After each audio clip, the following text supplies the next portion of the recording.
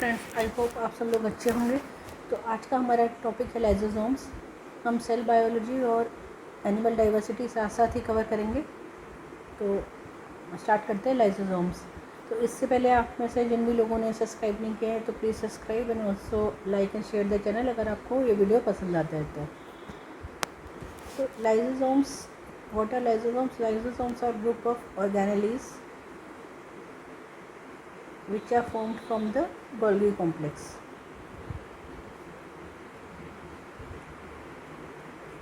तो ये organisms Golgi complex से बनते हैं एंड ये स्फेरिकल वैक्यूल्स होते हैं।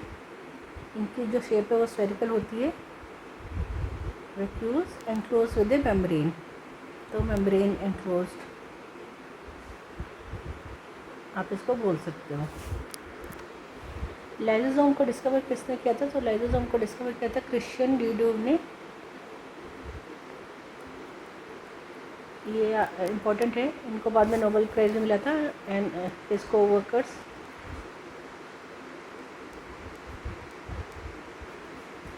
इन्होंने लाइसोसोम को डिस्कवर किया था।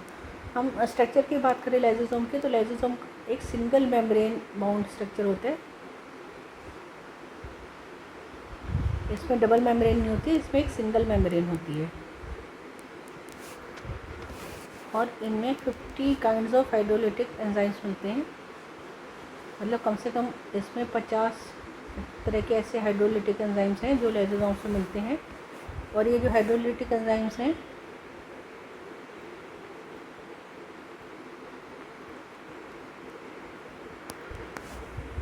ये प्रोटीन्स, पॉलीसेकेराइड्स,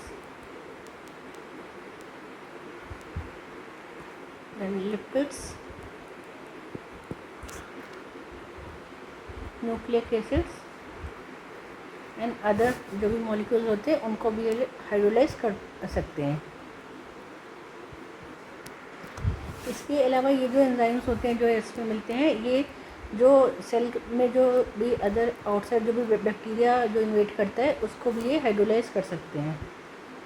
तो सेल इन्वेडिंग बैक्टीरिया को भी ये हाइड्रोलाइज कर सकते हैं। जैसे कि जो ह्यूमन में जो वाइट ब्लड सेल्स होते हैं WBCs, ये इम्यूनोलॉजी में आपने पढ़ा होगा कि इनमें जो इन्वेडिंग बैक्टीरिया ये फैगोसाइटोसिस का जो प्रोसेस है उसके थ्रू ये इन्वेडिंग बैक्टीरिया को एंगल्फ करते हैं और उसको हाइड्रोलाइज करते हैं।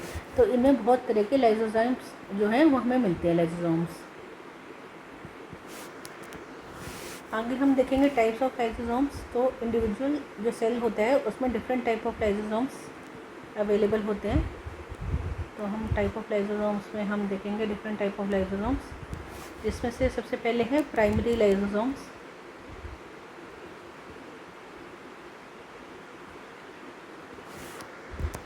या इनको आप प्रोटोलाइसोसोम्स भी बोल सकते हो। ये होते हैं न्यूली सिंथेसाइज्ड या न्यूली फॉर्म्ड। ये न्यूली फॉर्म्ड ऑर्गेनेलीज होते हैं जो कि ट्रांस जो फेज होते हैं गोल्गी कॉम्प्लेक्स का उससे बनते हैं।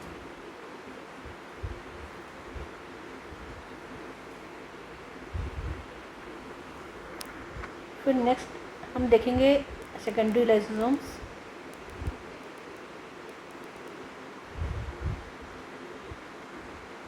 सेकेंडरी लाइसोसोम्स के भी फर्दर 2 टाइप्स होते हैं। इसकी जो फर्स्ट टाइप होती है वो होती है हेट्रोलाइसोसोम्स।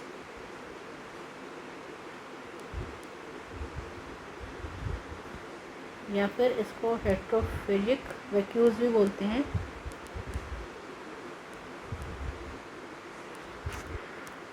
या फिर इसको फैगोलाइसोसोम्स भी बोलते हैं। तो ये तीनों जो नेम्स हैं ये इन इस टाइप के लाइसोसोम्स के लिए ये हेट्रोलाइसोसोम्स भी बोल सकते हो या हेट्रोफेजिक वैक्यूल्स भी बोल सकते हो या फिर इसको फैगोलाइसोसोम्स भी बोलते हैं। हम इसके बारे में थोड़ा सा डिटेल में पढ़ते हैं।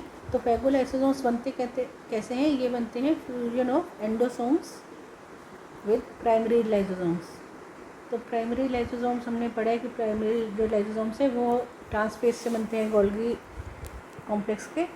तो एंडोसोम्स क्या होते हैं? एंडोसोम्स बेसिकली साइटोप्लाज्मिक वैक्यूल्स होते हैं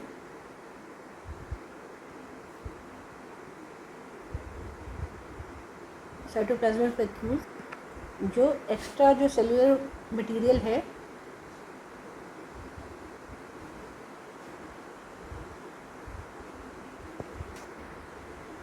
उसको इंक्लोज कर लेते हैं through the process of endocytosis.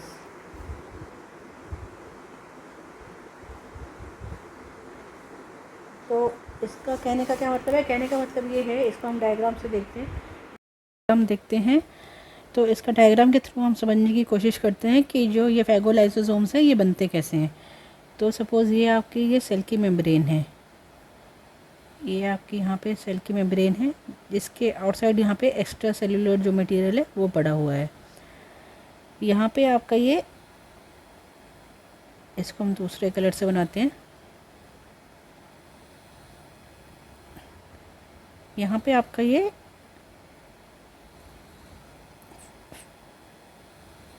Endosome है जो कि ये एंडोसाइटोसिस के थ्रू इसने ये जो एक्स्ट्रा सेलुलर मटेरियल है ये अपने एनक्लोज कर लिया है अपने अंदर। एंड यहाँ पे आपका ये गोल्गी कॉम्प्लेक्स है। तो गोल्गी कॉम्प्लेक्स को भी हम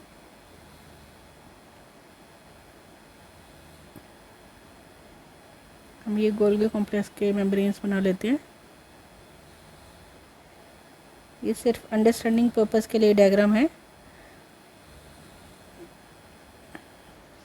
तो ये सपोज़ ये आपका ये ट्रांसफेज है, तो ट्रांसफेज से ये आपका गोल्गी कॉम्प्लेक्स है और यहाँ से ये आपके प्राइमरी जो लाइसोसोम्स हैं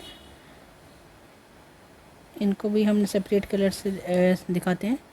ये आपके प्राइमरी लाइसोसोम्स हैं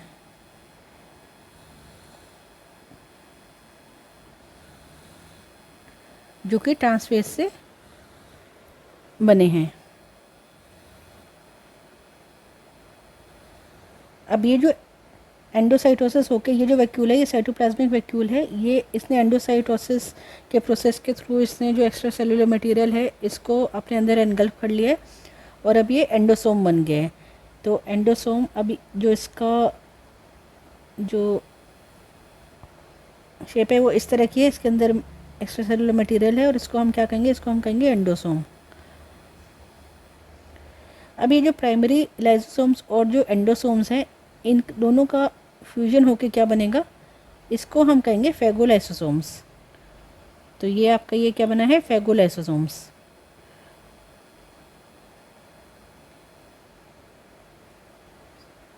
तो आई होप आपको ये बहुत क्लियरली आपको समझ में आ जाएगा डायग्राम से।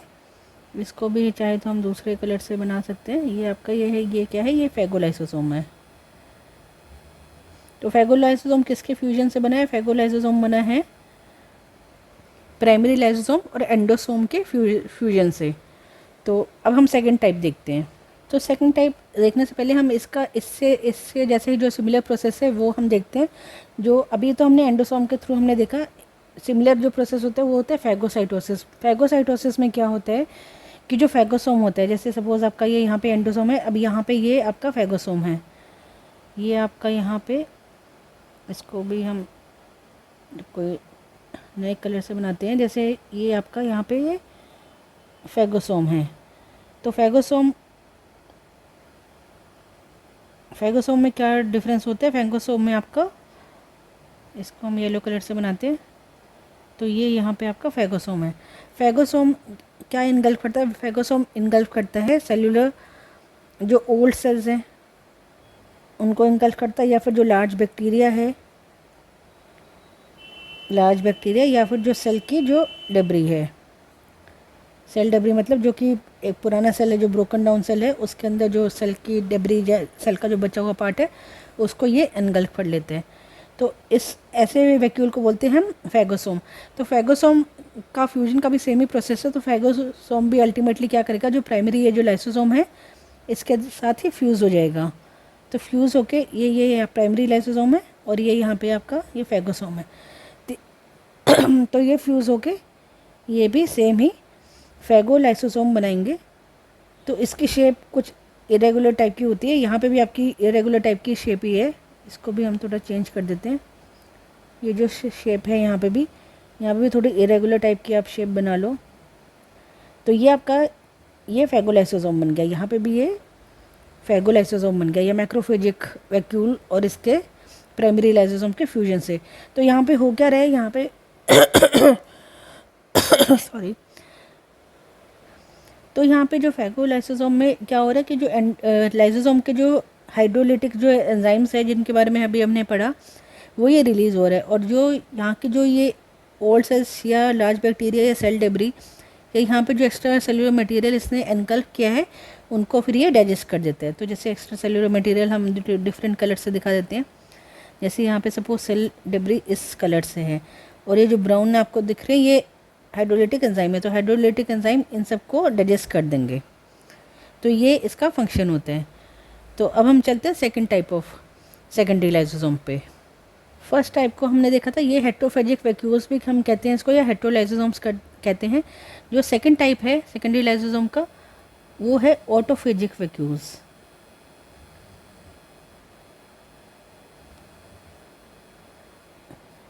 तो ऑटोफेजिक वैक्यूल्स में क्या होता है, ऑटो का मतलब होता है सेल्फ।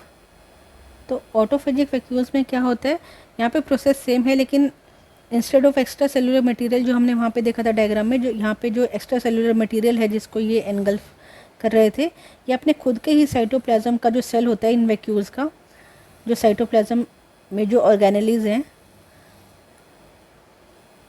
ये उनको ही एनगल्फ कर लेते हैं, जो कि अभी रिक्वायर्ड नहीं होती, या जो ऑर्गेनेलीज का आप बोल सकते हो कि रिमेन्स जो हैं उनको ये एनगल्फ कर लेते हैं।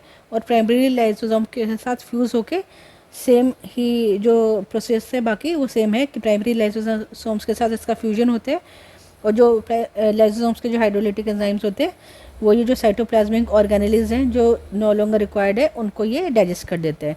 तो ये जो ऑटोफेगी, इसको इस प्रोसेस को हम ऑटोफेगी भी बोलते हैं।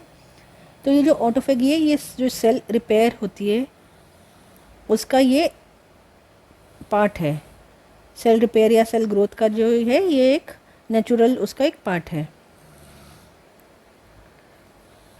तो हमने देखा है प्राइमरी लाइसोसोम, फिर हमने देखा है सेकेंडरी लाइसोसोम, जिसके दो टाइप्स हमने देखे हैं, हेट्रोलाइसोसोम्स और ऑटोफेजिक वैक्यूल्स। जो थर्ड टाइप है लाइसोसोम्स का, वो है हमारा रेजिडुअल बॉडी। तो रेजिडुअल बॉडी का क्या मतलब है, रेजिडुअल बॉडीज़ उनको कहा जाता है कि जो आपका डाइजेशन के बाद कुछ रेजिड्यू रिमेन रह गया, मतलब डाइजेशन आपका कंप्लीट नहीं हुआ, उसमें कुछ रेजिडुअल मटेरियल है वो रह गया है, जो कि हमारा साइटोप्लाज्म से भी एब्जॉर्ब नहीं हुआ या नहीं गया। तो ये जो मटेरियल है इसको हमें सेल्स के बाहर हमें निकालना है, तो इसको हम रेजिडुअल बॉडीज़ जो है वो सेल के बाहर निकाल देती हैं। तो इस प्रोसेस को कहते हैं एक्सोसाइटोसिस। तो एंडोसाइटोसिस में हमने क्या देखा था, एंडोसाइटोसिस में हमने ये डायग्राम के थ्रू देखा था कि ये आपका एंडोसाइटोसिस में जो सेल के अंदर एंडोसोम ने एक्स्ट्रा सेलुलर मटेरियल को एनगल्फ कर लिया था। अब इसी तरह से सपोज़ यहाँ पे ये रेजिडुअल बॉडी हमारी क्रिएट हो गई है। अब ये रेजिडुअल बॉडी के जो कंटेंट है जो सेल को रिक्वायर्ड नहीं है या एब्जॉर्ब नहीं हो पाए हैं, तो ये जो कंटेंट है ये यहाँ पे एक्सोसाइटोसिस के थ्रू ये सेल के बाहर निकल जाएंगे। तो यहाँ पे आप इसको यहाँ पे ये रब कर सकते हो, तो ये जो है ये मटेरियल सेल के बाहर अभी यहाँ पे निकल जाएगा एक्सोसाइटोसिस के थ्रू। तो ये डायरेक्शन इसकी यहाँ पे होगी। तो ये हमारे 3 टाइप्स के लाइसोसोम्स के बारे में हमने पढ़ा है।